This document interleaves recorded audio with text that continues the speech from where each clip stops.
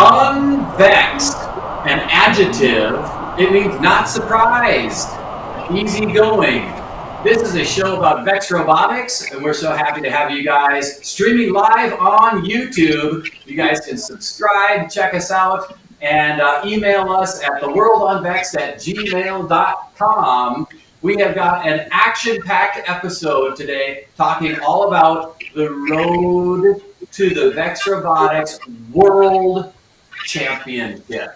And I'm just going to jump right in. We're going to start talking about been there, done that. We've got a lineup of a bunch of robotics teams, and we're going to chat with them about what they have to say about the road to VEX Robotics World Championship. And let's bring them in and interview and talk about the World Championship. So if we can have you guys introduce yourselves, we're going to start with Mark. Mark Zink, Mankato West High School, my 11th year in robotics. I'm Andrew Kim. This is my 5th year of robotics, and I'm on 8110D. All right, now moving on to Southland. We've got Coach Paula. Hi, Paula Mortensen, Southland Robotics. This is my 10th year coaching robotics. I'm Jack Bruggeman, and I'm a junior, and I've been in robotics since 5th grade. Welcome, Southland. And from the great state of Ohio. Hey, Ohio's in the house. This is Christy Matlack with North Union Robotics, 6008C. I've coached VEX for about 12 years now.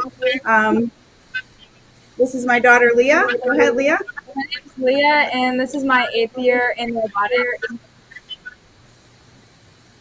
Awesome. Hey, it's so great to have you students joining us today and coaches.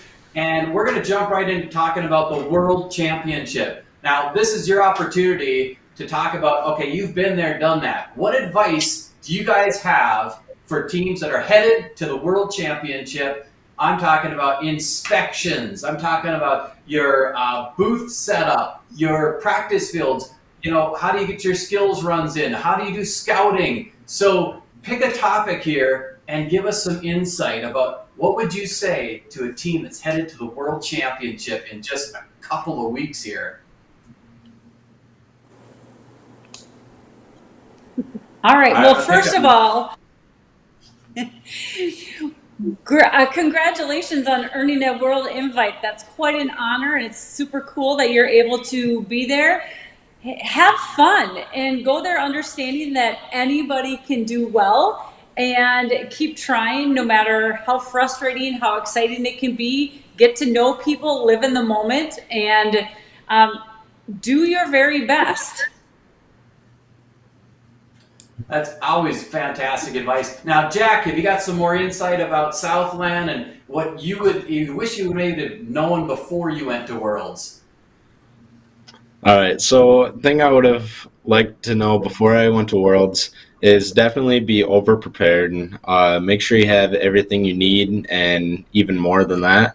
Because once you get there, it's really just you, not much else. And then you got a whole bunch of teams around you, and then it's really a time to have fun, meet new people, explore new things, and then really see what's out there, see what different strategies there is, and then see what you may not have thought of. And then, yeah, it's really just a big experience and something that is really cool for all. Cool stuff. Hey, Mankato, what do you guys have to say about maybe alliance partners? How do you go out and seek out your alliance partners before a match? How do you work that? Yeah, so we like to have a team of scouts on the team, and they go ahead and talk to all our alliance partners beforehand, like at least like a good amount of time before a match with them, so we can figure out autonomous mostly, and then match strats, and then just anything else that we might possibly need. And then that's another thing. Scouting is probably one of the biggest thing to do at Worlds, because I know at a lot of local tournaments, teams know each other, so they know who's good, maybe who they might want to partner with. But when you go to Worlds, a lot of the time you might not know as many people. You might know some people from online going in, but generally you want to have probably at least 1 or 2 people watching most of the matches, try to figure out who's who you want to pair with. And then you can't always expect just because you are higher seeded that you might get picked by someone you want to be. So you always want to make sure that you're talking to the right people, and you want to have a plan set in mind. Yeah, that sounds like a lot of work. I mean, to coordinate all that with your team members and to try to sell yourselves. I mean, hey, we're high in the rankings. We can do this in skills. I mean, how do you go about selling yourselves to other teams, especially when they're from all over the world and they don't know who you are necessarily? Yeah, it's definitely handy to have that skill score that you can explain, and then it's a good indicator of level of skill, I'd say. I always look at driver skills as a huge thing, and then programming skills is a little bit less maybe, but I would say that it's still very important, especially this year because autonomous is so key. And then I would say, yeah, just make sure you're talking to as many people as possible in the top, because you don't want to narrow yourself to one specific team that you think is the most ideal, but the chance that you get with the person that you perfectly want to alliance with is not super high a lot of the time, and you don't want to count on that. Awesome. Well, hey, how about folks in Ohio? What have you got to say about alliance selection, scouting, just worlds in general? Pick a topic. This is awesome. So for us, when we do our scouting, we do a lot of it ahead of time before we head to Worlds. A lot of it is looking at how teams qualified at states, how their qualification matches went, how their finals went, all of their stats. We look at their skills. Their skills is so key. It shows us how they can play the game on their own, and it really just shows us their strengths. We look at their awards, just seeing where they're strong at and how we can be paired with them well. Oh man, I would be rotten at this because honestly, I would show up and then I'd be, okay, what now? And you're telling me that you do the research in your division and you go out and actually find what awards they've won, what events they've competed in, and their stats. Can you tell me, where do you get their stats information? All of their stats are on robot events. We can look at their matches on VEX via pretty much any of those public bases. Okay. And, sometimes I see those stats on VEX Via, and I don't always understand them. Is there a good resource that we could say, here's where you can go to find out what those stats mean? Well, one thing that is really important is autonomous win point. You can see that they have high autonomous win points. You know that they can play their game well. If they're good, if they have a good autonomous program for matches, then that can really boost your rankings with them and give you those points. All right. Well, hey, that's good stuff. Jack, have you got more to add to this about any topic related to being at VEX Worlds? So right when you get there, you walk into this big old venue and then you have all your stuff and then you see all these people around and then you're trying to find your pits. It's really just a big experience, and then you walk into the pit area and realize how big it is, and then having to walk around, find your pit, and then actually get into your pits, get all set up. And then one thing you want to make sure you're doing is keeping everything very organized at your pits, and that'll just make everything go so much easier throughout the competition. And then making sure people, at least one person, if not the whole team, there whenever you're not competing, just in case if any other teams want to come look at you, come talk to you, or if you can go around and actually talk to other teams too.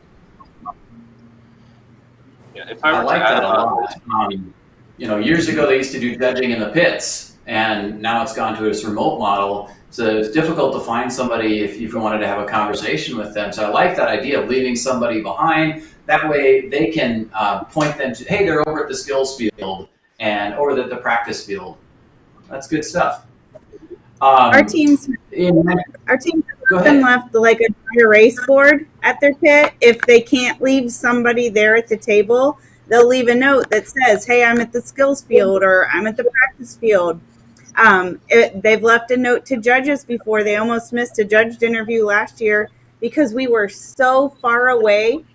Our division was so far away from the pit that we just kind of had a little travel case, and we hung out there at the division for a good part of the day, and somebody happened to go back to the pit. Judges were sitting there waiting for them. So to leave a note for the judges that says, hey, we're in our division, you can get a hold of us at this number, and the judges will come find you. They want to make sure that they follow your schedule and that they're not taking you away from the things that you need to do, but they still want to talk to you. So always either leaving somebody in your pit area or leaving a note where you can be found or where they can get a hold of you is key. I love it. That makes perfect sense. I mean, it's not like a regional local event where you can just say, oh, just find the coach over there. You know, where are you going to find anybody at this place? It's huge. All right. Mark, looks like you're going to have some closing words there for us on as far as, you know, been there, done that, VEX Worlds. What advice do you guys have in Mankato going into this amazing adventure? I'll let Andrew start. Yeah, so I think Jack was talking about staying organized, but you always, yeah, last year we were at the science division, which is so far from the pits. We would always expect to have to maybe travel like 3 to 5 minutes to get through like up and down like a ramp to get to compete. So I would say you always want to keep all your tools and anything you might need on your box or in hand so you're always prepared. Extra batteries. That's fantastic. Have you guys seen the folks that have tool belts? Yeah. And wear comfortable shoes. It is a long ways. All right, guys. Well, you know, go ahead, please. No, I was just going to say, if you have multiple teams too, it seems like based on the numbering, at least tournament manager in previous years at Worlds, the matches in different divisions are kind of almost synchronized pretty close together. So you're kind of leaving one division, getting to the next one, watching multiple teams out there and everything. So just being there, or otherwise you're watching one match and one live on your phone on live stream or whatever, and just having fun. You know, like everybody said, that's the big thing about it. Compete at a high level, get to meet as many people as you can and have a great time. So yeah, the live stream is a huge key too, because I remember at almost a lot of tournaments that are like multiple days, the night after the first day, I like to go back, and if there's any key teams I want to see, I go watch their matches from the day, and if they have any setbacks, I want to see what went wrong and then what went well. I love it. You guys are a bunch of VEX Robotics world veterans. It's amazing. I wish all of you the best of luck. Represent your hometowns and your states, and have a fantastic time at the World Championships. So good luck to all of you, and thank you for your incredible advice. I mean, you talk about things that I would have never guessed. I mean, that's exactly why we wanted your perspective, because you know, I'm not a competitor. The coaches are not competitors. You guys know this stuff in and out. So thank you for your time, and good luck to you at the World Championships. Thank you. Thank you. Awesome. Good luck, everyone. Well, hey, next one. Go ahead. I just said good luck, everyone. I can't wait to see everybody there. That's one of my favorite things about Worlds, is making friends and then being able to go back year after year and see people again. Fantastic, guys. Well, again, good luck, and we're going to start our next segment here. It's called What's in the Box? And this one, we're going to bring in a supervisor from the Homeland Security TSA to talk about, hey, how do you fly with VEX Robotics equipment? And let's bring in Todd. He's one of the UnVEXed founders from Canada, and he's going to conduct an interview with Brandon and talk about how do you fly with robotics equipment and robots. So take care, guys, and let's move on to our next segment. Hey, everyone. Hope you're all doing well. This is the first time I actually get to meet Brandon, other than a few minutes before. Often, as you can tell, because I'm on the west coast of Canada, when we're going to any big event, we're always flying.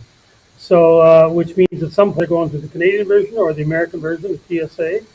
There's all kinds of little things we can talk of, but I think I want to start right with the first one. So which gives you more problems, batteries or tools? Honestly, they can both give you the biggest problem. What would you say for batteries is the thing that most people don't get? And I think I have a couple of my thoughts too, but I want to hear what the expert says. Just make sure they're not plugged into your robot when you put them in your suitcase. Yeah, That's the biggest thing. So it doesn't come on. Yeah, they try to put lithium ion in their checked luggage or their luggage, and so they have to carry those in their carry-on. Is that the right answer? Correct. The lithium-ion batteries, you have to carry them with you onto the aircraft and through security. Safety reasons, that way they don't accidentally come on and slowly catch fire in the cargo bin. So the lithium batteries, make sure you're carrying them on the plane with you. And the opposite of that, which is why I'm convinced this confuses people, is, and with tools, can they put them in their carry-on? I know what the answer is. You certainly can actually carry tools in your carry-on. They just have to be under 7 inches. So like your pliers, your screwdrivers, things like that, if they're less than 7 inches, you can carry them. Otherwise, put them in your check bag. That is by far the easiest thing to do because you're not going to be working on your robot on the plane. So put it in your toolbox with your check bags and it'll be fine and it'll save you all the hassle. I know sometimes you guys have to is a strong word, but you do open up the robots and have a look inside, right? Correct. Depending on where you guys are flying from and which equipment that airport might have, it could go through an x-ray machine or it's not going to fit and they have to manually open up the suit or the box or case or whatever you have your robot in, and they're going to look at it. And honestly, like for me, I'm going to be curious when I look at it and kind of wonder what it is. So it's not uncommon that they might question you and want to know exactly what is this. Is it helpful? Some years we've traveled and we've put, like on the outside of our case, this is a competitive high school robotics. These are our robot going to this place. Is that helpful to you as a TSA agent? I mean, you don't have to believe it, but would that help in your curiosity even? It would help. Yeah, if just something simple like you just said, yeah, this is a competition robot. This is what it is designed to do.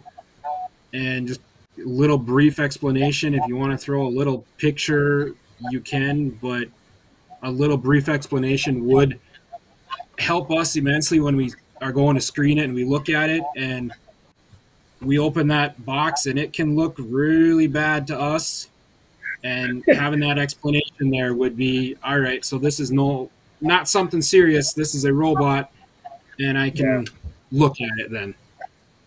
Yeah, so if I can offer to teams to not only to have to design it so when you pack it away, and some of those, other side, robo cases, you see I have some of the ones we'll even talk about. RoboSource sells those. Pelican Sign's a bigger version.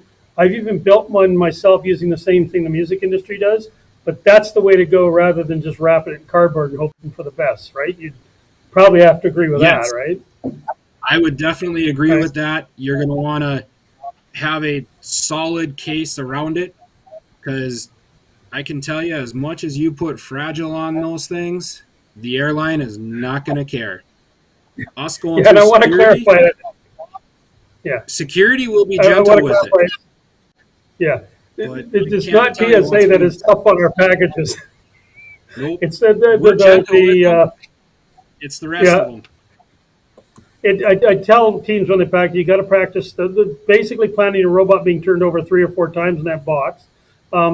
There's all kinds of things. One of the little tricks I'm actually just going to show and see what you think of this. So one of the things I tell the teams to do is, people have to know about putting like something under the wheels because you don't want to bend your axles. But of course, you can attach to your frame in all 3 dimensions. This now looks like something for a calculus lesson or something.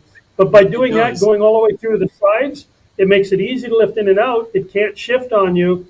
And if you find the right place to attach your robot, it's going to make their job easier and your robot more likely to survive. So that's just a little idea that we can do. And what about, so I've also seen teams pack a lot of extra stuff in that box. That's probably not a good idea, right? Like cram it to the point of it's absolutely stuffed. If you're putting extra, like a sweatshirt or some clothing in there to try and add some padding so that your robot doesn't shift around in the box, that's understandable. But the more stuff you put in there, the more likely that they're going to have to look at it, the more possibility that it's not going to look good to them. So if you can avoid putting stuff in there, that's the best. Package that robot in the box so that it doesn't move as it just sits in there, like with that tool you just showed. That would work too. Yeah, just to add to that, the teams that can't necessarily block it that way, I'd really strongly suggest you either at least block on your axles, or the best answer is actually pull the axles out for the transportation, because it's going to get dropped a couple times. I mean, it's got to go from where you drop it to the airplane and back to you again. So it's going to be rough on it. So, and TSA's got to take it out and put it back in. The more chances you give it to bend your axles, the only way to find that out is when you drive it and it drives a funny shape. Yeah, okay. Yeah. I think that pretty much describes. I assume there's a good website people can go look at if they're not sure of stuff. Yeah, you can just go to tsa.gov and there's a link on there. I believe it says, "What can I bring?" And you just type in what you want to ask if you can bring, and it'll tell you whether you can or not and what the rules and regulations are on it. Well, that's great. And thanks I think we got the basics for them. They can always go there and check more. And thank you very much, Brandon, for this interview, and also for what you do to keep us safe in the air. As someone who flies a fair bit, I want you guys doing a good job every day. Thanks. Not a problem. Thank you. I appreciate you taking the time. All right, we're moving on to our next segment. Hey, yo! Hey, yo! Let's bring in our referee experts, John Queen and Clint Matlock, here to talk about referees. Got something to say? Over to them. Hey, I'll go real quick. First off, I just want to say great job, everybody, on making it to Worlds. First and foremost, just have a good time. I know that John's going to talk about inspection, but one of the things that I want to talk about today, as far as the Q&A, the official Q&A is officially closed. If you have any questions that you're unclear about, you can go out to Robot Events and you can submit that to their World Driver meeting. So make sure you do that. The one thing that I want to talk about that will help you, you're going to get there, you're going to be excited, is inspection. I want to make sure that you know that before you leave, you have time now. Just make sure that your brain is up to date. They are using the new V5 field control system. This will be their second year. So you'll want to make sure that your brain is updated to the current VEX OS, which is 1.1.2. So that'll help you out. Make sure you have your team number there. Ours would be 6008C. They don't want anything else. That's the naming convention for that. I know John's going to talk a little bit about field disconnects, so I want to touch on that real quick. The new V5 field control systems will give a lot of telemetry and a lot of data to the field techs and the referees and all that. Probably the main ones that we'll see will be cable drops and radio drops. It's important that you place your V5 radio in a spot on your robot that, one, is not buried down inside your robot, and two, that's not like this robot here that you see on the screen, because if we see a radio disconnect, one of the first things that a field tech or the head ref is going to look at is where you have that. If you look at that, just by bumping into the side of the field where that radio is at, can cause a disconnect or getting hit by another robot. So you want to make sure that you protect that radio, because once you have a field connect, you may not get back into the match. If the whole field shuts down, they're going to talk to a tech about that to see about a rerun. But chances are, if it's one robot that drops, they're going to pinpoint it to probably a radio issue or something else. Other than that, that's all I have, and I want to wish you all a great and fun time at VEX Worlds. John, your mic is muted. Yeah. Hey, it happens. Anyways, that's good stuff. Let's keep it up. So I want to talk about inspections. I want you guys to understand that inspections are important, and I don't want any surprises. So this year at Worlds, we're going to inspect robots. We're going to inspect your intake with a disc in your robot, and then we're going to size your robot, as you see here. And if you look in this photo, well, wait a minute. That robot's out of size. That robot's going to hold itself up to an SG4 violation anytime it picks up a disc. That's something we did in Ohio. I know we did in Michigan, and I know we did in Indiana. I don't know if everyone else did it that way and looked at it, but the way the rule states, you're supposed to stay 18 by 18 by 18 until endgame. And endgame is the last 10 seconds. So teams that have a floating intake, if you were intaking discs and you were coming out of size, you're illegal at that point when you come out of size. So it's just something to be mindful, teams. You made it to Worlds. This is awesome. You're going to go there and compete against the best robots in the world. You're all going to go for that title. I would sure hate for a team to be tripped up by this, to walk in there and go, wait, we did it all year. Well, that doesn't matter. These are what we're going to look at. They're going to look at that at Worlds. So it's something maybe now, let's address it. Let's get there and we won't have the same issue. That's my biggest thing that I had on inspections to talk about, was a disc and your intake bringing you out of size. Other than that, I think teams should be ready. The other key you can watch out for is plastic. Make sure you're not over on plastic. Shouldn't be an issue. Decoration is decoration. Just make sure it's cut out of one 12 by 24 sheet. And that's all that you guys should have to worry about. Did you want to talk about that video? Oh, yes. And let me bring up one more point. I've got a video. We're going to cue a video here. This happened in States. This was in the U.S. Army Finals. We're going to watch a robot pick up some discs here and coast. If you watch that robot that's sitting still in the middle of the field there, that robot had a radio drop. We were at 1 minute and 20 seconds in a match. So right now, essentially, we have a 2v1. I've got red 2011E against 2 blue robots.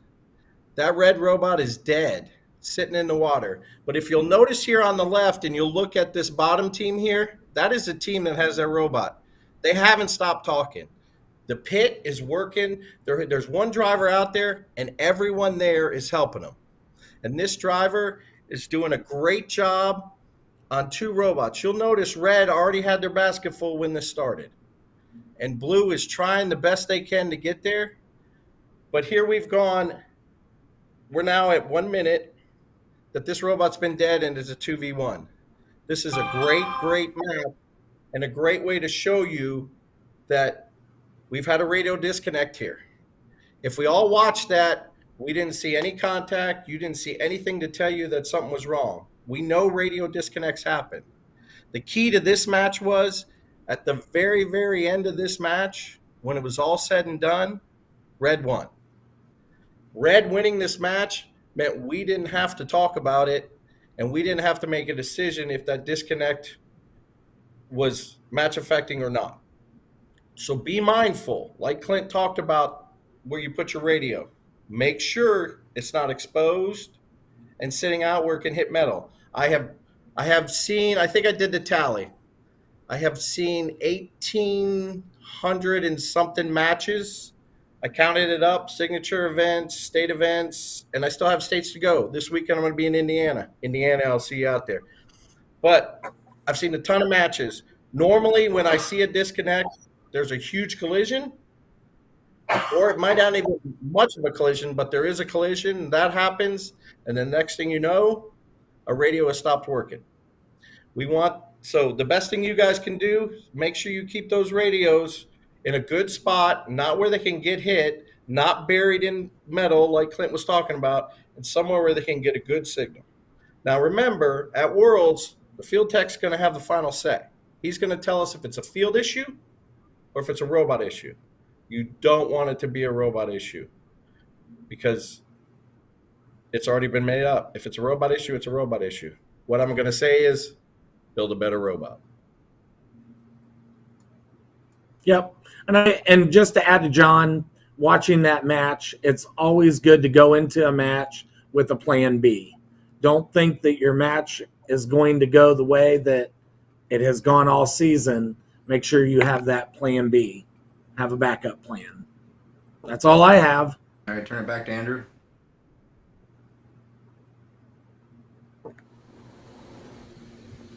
All right, guys, that was really insightful information from our referees. If you missed that, some of those stumbling points, that's going to be super important heading into Worlds. So we need more subscribers. There we go. So we're reaching the end of our show. We've got 2 segments left. A Q&A is about to start here.